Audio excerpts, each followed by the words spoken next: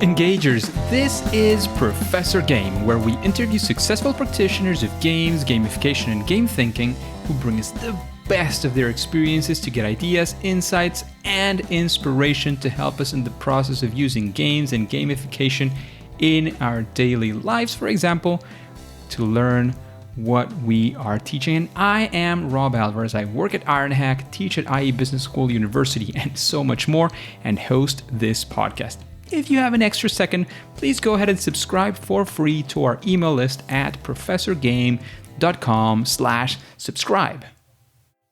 Hey, Engagers, welcome back to another episode of the Professor Game podcast. And we have Argyrios Aris Emmanouloudis with us. But Aris, before we kick off, we need to know, are you prepared to engage? Always. Hello to your audience as well. Hi.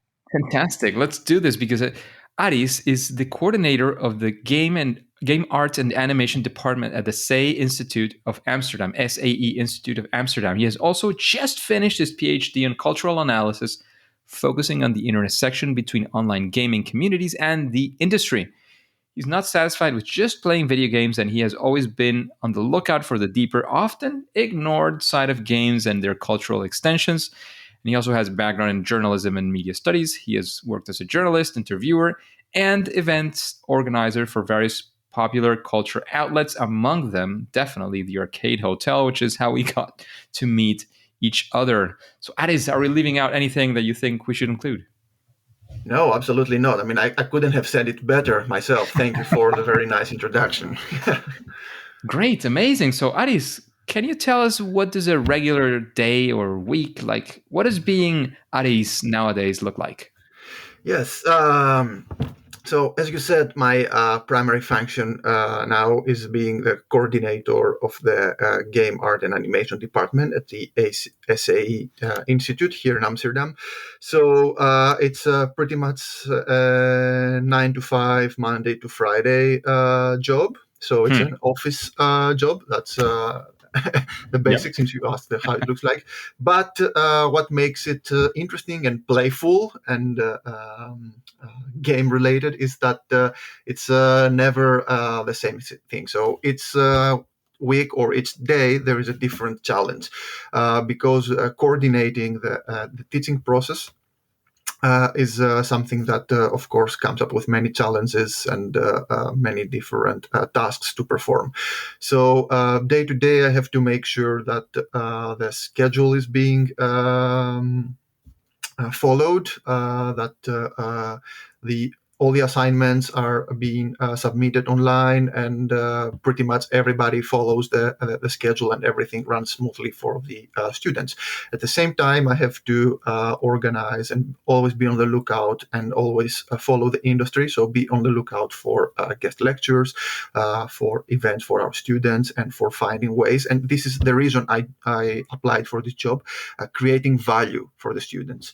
To explain, you're kind of a game master in that sense. Yes, exactly. Yes. So I'm not. So let me explain what SAE Amsterdam is. So SAE is a worldwide chain of schools, of creative media schools. We have our campus in Amsterdam, but there are also campuses all over the world, in Europe, but also in Australia, in Asia, America, everywhere. And they have departments in various creative media fields, audio engineering, film editing, and game art, which is our department here in Amsterdam. Of course, there are other game art departments elsewhere.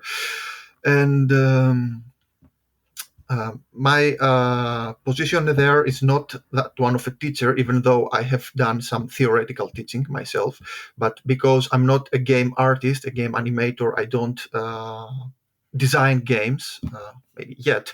I make sure that the teaching process takes place smoothly. So I am a supervisor, I'm a coordinator, I do admin job, and at the same time, when I get the opportunity, I always I insert, let's say, myself in the teaching process to give some theoretical knowledge about games and game cultures, because and I believe plays a part of everyday life. And by being aware of our status as playful beings, we can understand the world around us. So my goal for my students is not just to create game makers, but to create game makers with a, within quotation marks, library of holistic knowledge and social awareness. So whenever I get the opportunity to teach the students a little more about the games that they're going to create and how the effect that they will have on society when they send them out, I take that opportunity. At the same time, I also do some classes on presentation skills and academic writing, which are needed for the progression of the students, their progression in the program.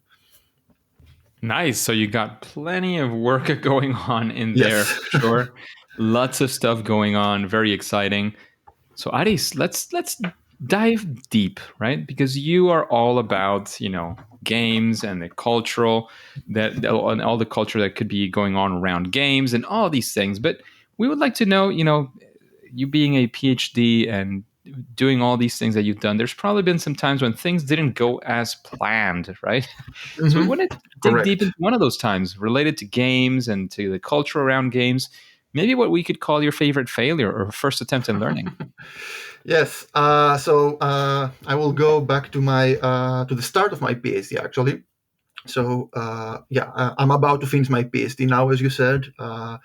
Hopefully, if all goes well, hopefully there will not be another lockdown, and we will able to, uh, yeah. Uh, Organize and do things as we want. But the idea is that I will defend my PhD on September 9th.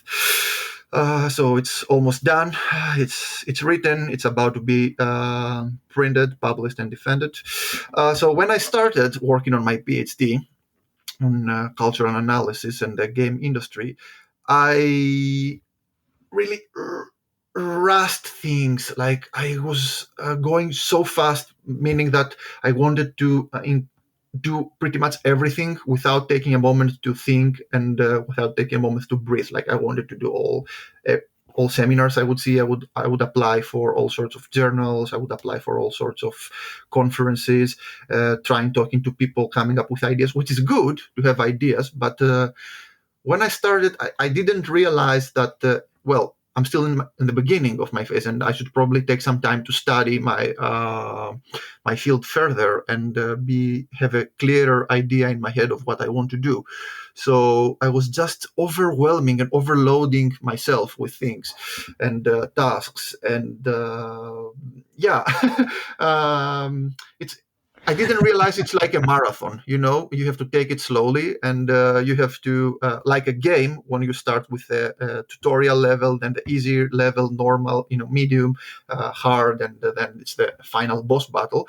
I didn't realize this, and I was just running so fast, and I was approaching all sorts of people and bombarding them with ideas, and that may be created, some kind of alienation. So my advice would be to not just on a PhD, but also in other tasks. When you start something, take it slow, and like a game, take it level by level. Start with a tutorial, then go on the easy level, normal, hard, and then you can face the final boss.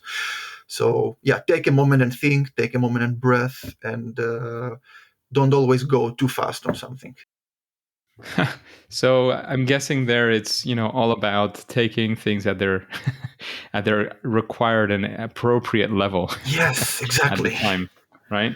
So it's and getting into flow as well has a lot to do with taking on a challenge that you can actually face and that you're prepared for, and Right. that Yeah. engages you because it's not too much, it's not too little to be boring, it's not too much to be overwhelming, maybe a little bit too much or a little bit too little, but it's within that zone where you still, it's in the appropriate level. So it has a lot to do with many other things that we do as well. Yeah, it's like to also use game terms here, like Breath of the Wild, the game on Nintendo Switch, where it's an open world game and you can directly go and face the final boss the moment you start the game, or you can go pretty much anywhere. But if you Yeah. don't have the proper equipment, and if you haven't already finished some other tasks and leveled up and get to know the game, then it's quite likely that it won't go the way you wanted. So yes, build up your character and by facing the proper challenges, and select your fights, if I could say that. Pick your fights, yeah. Yeah, yeah, Like in Dark Souls, that life is kind of in that sense, like Dark Souls. It doesn't forbid you to go in for one of those bosses you have no chance at defeating yet, but they will blast you.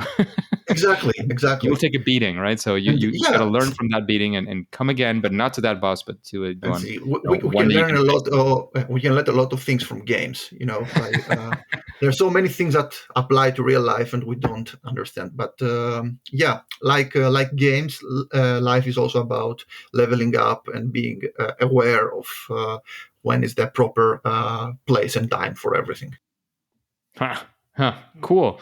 So actually, let's take a spin on that and actually Hmm. go for a time when you were doing something again related to games. Maybe it has to do with your PhD, or not. I don't know. Up to you.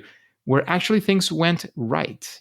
So a big challenge that you face, and you say, well, let's use my knowledge, my understanding of games, or research of games, and use it to something, and it actually went the way you expected it on the first or the nth time. It doesn't matter. Nice. So we will make a connection now to the arcade hotel that you mentioned earlier, and to the episode you recorded with Dan Salmanovic. Hi, Dan, if you're listening. Um, so I went to a party that the arcade hotel had organized. So for those that don't know and are new to the podcast, the Arcade Hotel is the world's first video game hotel, which is here in Amsterdam.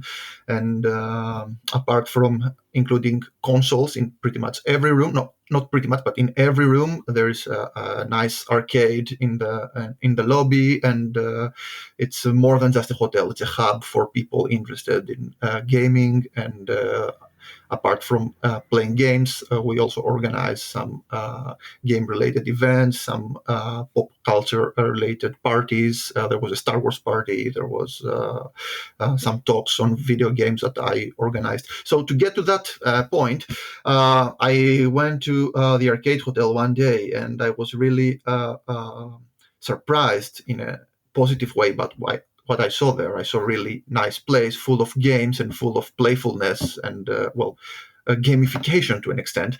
And I realized that this is a place that more we can do more than just having people to play games. So I approached Dan one day and I said, hey, I'm doing my PhD on games. I'm fully aware of the positive influences that and the more serious side that games have on culture, and I would like to use this space as a hub for bringing together people also interested in those games. And I proposed this series of talks that at least we used to do pre-pandemic. Now we are bouncing back, and soon there will be more announcements on that.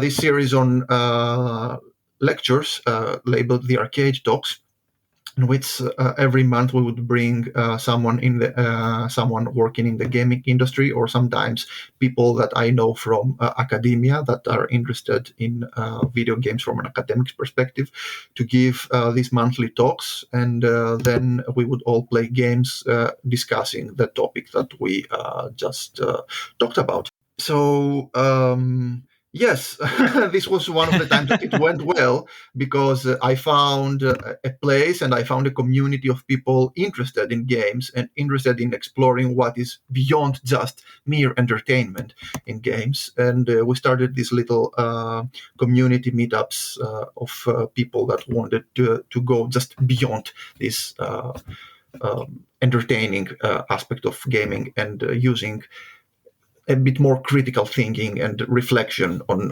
what games do in everyday life and in society. That sounds very interesting, and it also sounds very pre-pandemic. Yes. But yeah, as I said, we are now in the process of bringing this back. Coming back, yeah, We are that's what I working was on going it. to Yeah. say. It sounds very interesting, and like a very, very good stuff. Engagers, if you're out there in Amsterdam, start reaching out to the Arcade Hotel and say, "Oh, we want those talks back." If you're interested in going, They're maybe coming back. we'll give them that push, that final push that they need, Yeah, if that is the case. absolutely. Sounds great. Sounds great. And Aris, when you're thinking of, you're saying, well, I need to do this new thing, whatever that new thing looks like. How do you approach it? Like, now that you're, maybe it's the typical PhD process, or I don't know, Mm-hmm. like you want to find out something or you want to work out with something. How would you approach a problem these days with all your knowledge on, being a PhD, all your knowledge in games? Has something changed, or is there some sort of process, steps that you follow? How does that work in your mind? Well, I'll go back to what I said about taking things slowly and level by level. So I won't go into many details now because it's still work in progress, but I want to work a bit more on creating some articles series and some interviews. And don't worry, I'm not going to copy you here. Uh, but yeah, I also want to work on some new series of articles that I have in my head, and I want to approach people also in this case, taking it step by step, identifying what the issue is, writing down what steps are needed to be taken, and then using a lot of social media. I see that especially during the pandemic, there has been an increase of the use of social media, but also alternative platforms. For example, Discord or Twitter has been very prevalent, but platforms such as Yeah. Discord or Zoom have now entered our lives. So for my projects, for the things that I have in my head, I'm leaning a lot towards the use of these platforms because now they are becoming a standard. And every problem, the pandemic in this case, brings new solutions. So Zoom, Discord, some other platforms, some other ways of communication are now part of everyday life. And I have to catch up and get to learn them in a way. So yes, we never stop learning, and there's always something new happening, and it's an ordeal, to stay up to date. But I'm trying my best, and I always have new projects in my mind, and trying to find ways that what's going on in the world, these new platforms, in this case, can be applied as solutions to these tasks, to these problems that arise. Yeah, sounds fantastic. It looks like you have it figured out, at least for the time being. It doesn't mean Theoretically, yeah. it won't require some iteration and some facing of reality. But yeah, sounds great. Just a quick break before we continue with this episode. If you've been enjoying this podcast, I would really appreciate if you share it with your friends and family and on social media. On Twitter and Instagram, it's at RobAlvarezB and the hashtag ProfessorGame, all one word. And in Facebook, you can find the Professor Game page. Thanks in advance for your engagement. So, Aris, what would you say, when somebody is thinking about working on something like what you're doing, perhaps on cultural aspects around games and so on? Would you give them some sort of recommendation or some sort of best practice when thinking about these things? If I could say it simply, well, this is it's critical thinking. This is what is necessary. Going back to what I said about taking it slow and not rushing things. When I first started working on my PhD, and I knew I wanted to work and focus on online communities of video gaming, but back then I thought that by playing games and by participating in online communities, fans and being a fan is a very powerful process, if you like. But it can be empowering, but at the same time, it's also empowering for the industry. And when I started, I hadn't realized that. So by going into a more critical examination of how the industry works and how this relationship between the industry and the online communities of gaming fans work, I realized that the companies, and in this case, capitalism, always finds a way to benefit from everything that fans make. And I'm not saying this, to undermine the efforts of fans online when they gather as a community and they ask for something, or to say that by being a fan is not liberating or empowering. It can be, but at the same time, we have to keep in our mind that the companies, and this is very logical in this capitalistic society that we live, the capitalist society that we live in, that the companies will try to benefit from it because that's their purpose. They're profit-driven companies. So I would say critical thinking and always trying to see what is beyond, below the surface, because what might seem as empowering, liberating, and we're doing it for you, always has some other motives behind. So yes. I mean, it's how the world is structured, and we have to get ourselves more familiarized with how the world is structured and pretty much how things are being run. All right. There you go, Engager. Some recommendations for sure. And Aris, continuing with the recommendations, what would you say is, a person, you've heard already Dan and probably some others as well, but would there be somebody you would be curious about hearing in an interview like this one on Professor Game? I have, two that just came to my mind. First, and we talked about it last time we met each other, I would really like to know the opinion of Ian Bogost on gamification and applying games to our and gamification to our everyday lives, but also a person who deals with that topic but from a little different perspective, and I had the pleasure to meet a few years ago. Elis Bartholomeus is game designer here, very active here in the Netherlands, and she has also written this book about applying game philosophy to everyday lives and to our everyday lives, and how to structure our lives in levels, and how present ourselves tasks in order to level up.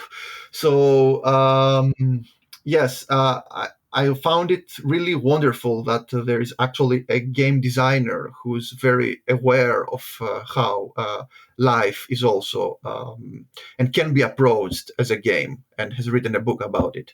So certainly these two, I think they can have talk about some really great topics.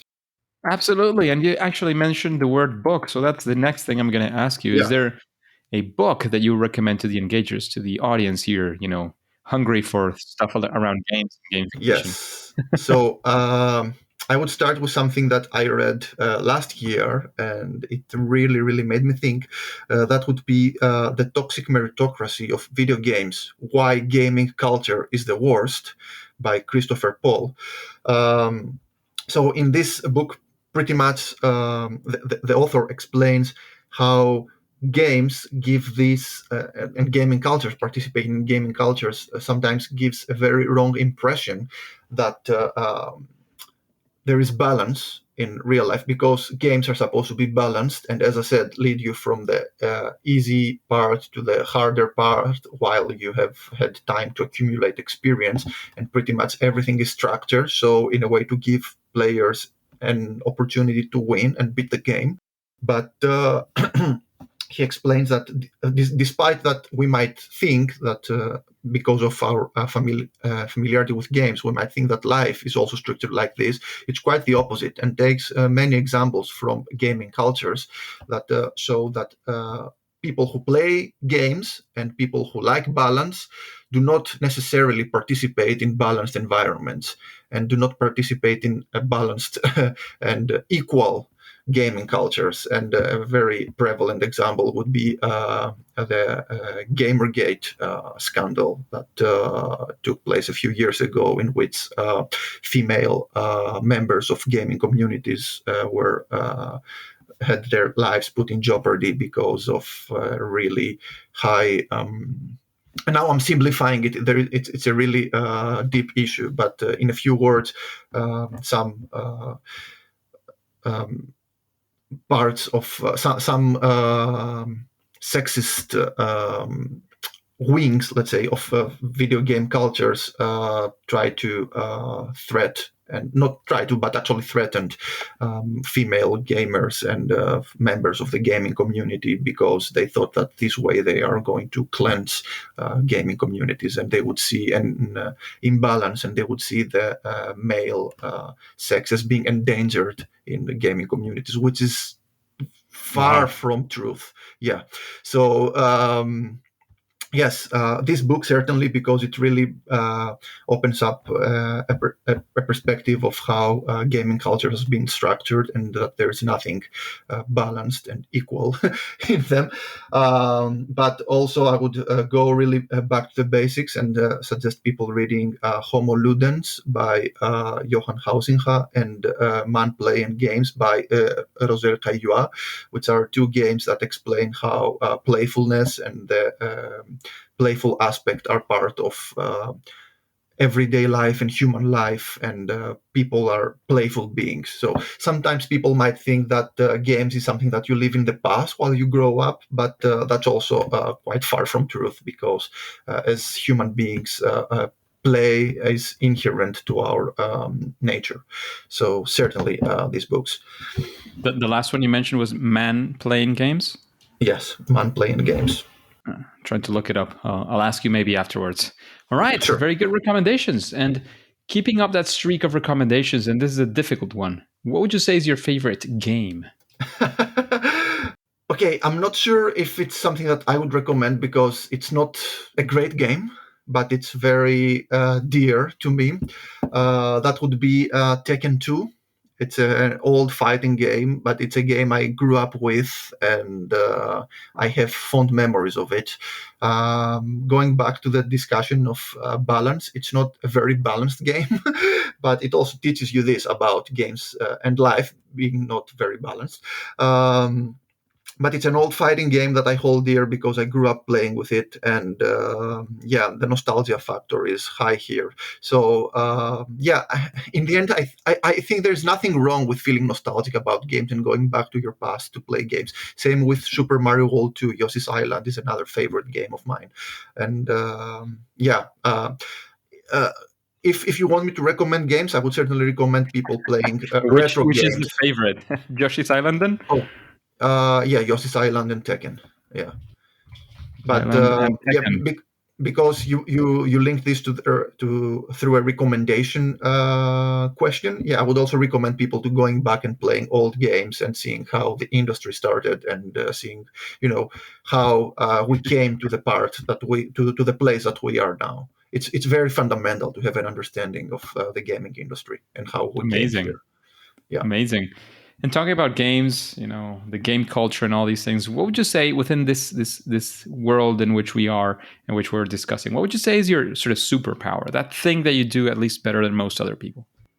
Oh, um, that also took work, but I think, yeah, I'm not sure how it will sound. Maybe it will sound a bit ominous, but not being too easily enthusiastic about new announcements anymore.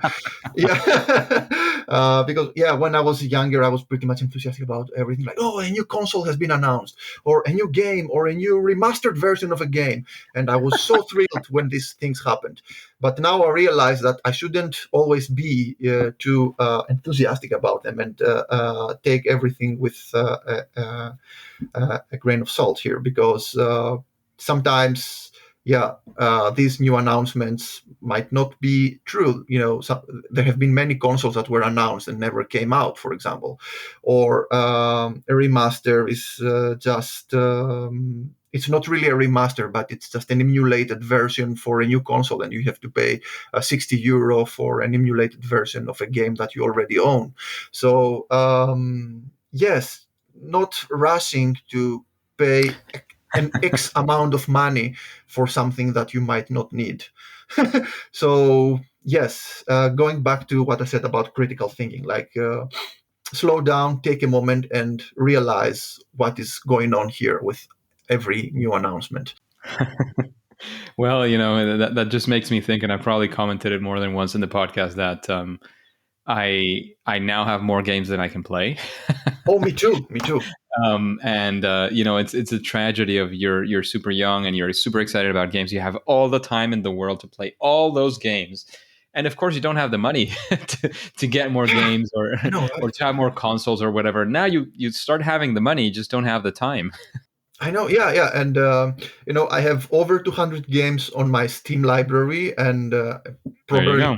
probably a same amount of physical games on various consoles. And let's say it's in my bucket list that I want Yeah. before I die to play at least to play all of them at least once. I'm not saying to finish them, but at least try to get a few minutes of gameplay so that I know that okay, I know what I bought and I know what I used my money for. So yeah, it's a hard task. It will take years, but yeah, I hope I Yeah, will and it'll also get require the there. most difficult thing, right? Not buying new ones. Yes, yes. Oh, that's something that I need, and people need to practice self-control on, and that's why I try to avoid all those websites that advertise discounts and game bundles and all those things. I know it's difficult. I know it's difficult. It takes a lot of practice, but yeah. Well, in the end, if you want to buy a game, who am I to stop you from buying it? Yeah. But Yeah. just keep in mind that yeah, in the end, you might not have time to play it ever. Yeah. Yeah, that's true. Aris, it's been a huge pleasure. Thank you so much for participating with us, for coming to the Professor Game podcast. Thank you for the invitation. Oh, sure. And this is a time for you. If you have any final words, anywhere you want to lead us to, like your webpage, I don't know. It's whatever you want to go for. It's your, it's your time. Yeah, well, one last thing that I want to say, and I briefly touched upon it earlier, but I want to say again, play is an inherent human trait. Do not be afraid to embrace it. People think that games are something you forget when you grow up. It's not true. We play in our entire life, and we yeah, just keep on playing. Just be playful, keep on playing, embrace playfulness, always with a critical reflection. And yeah, as for my pages, it's cult slash evasion.net, so cultivation, but so it's a combination of the word cult as culture, but also cultivate. It's my page that I started when I started my PhD, and I wanted to keep working on that page while I also cultivate myself. So cult slash evasion.net, cultivation .net, and on Twitter I'm Aris Emmanouloudis, and That you can find in the show notes. say yeah, same on LinkedIn and academia. So yeah, just keep on playing. Let's do this. Let's do this. So thank you again, Aris. Very welcome to have you on the podcast. We also made an interview on the other direction for the Arcade Hotel magazine. Is that the name, right? Correct. Yes. So if you want to find it, you can find it there. It's a written post. In that case, I'd be happy to share it as well in the show notes if you wish. However, engagers, at least for now and for today, it is time to say that it's game over. Hey, engagers, thank you for listening to the Professor Game podcast, and I hope you enjoyed this interview with Aris. And, it's always fantastic to have you here. So I'm always sharing stuff on social media, especially on Twitter is where I'm most active. I'm sharing the interviews. Every now and then I'm sharing articles. I'm responding to people there as well. I'm reaching out to people too. So if you want to find me on Twitter, all you have to do is go to professorgame.com/Twitter. And before you click continue, before you go on to your next mission, remember to subscribe or follow, whatever that looks like, for free on your favorite podcast app so that you listen to the next episode of Professor Game. See you there.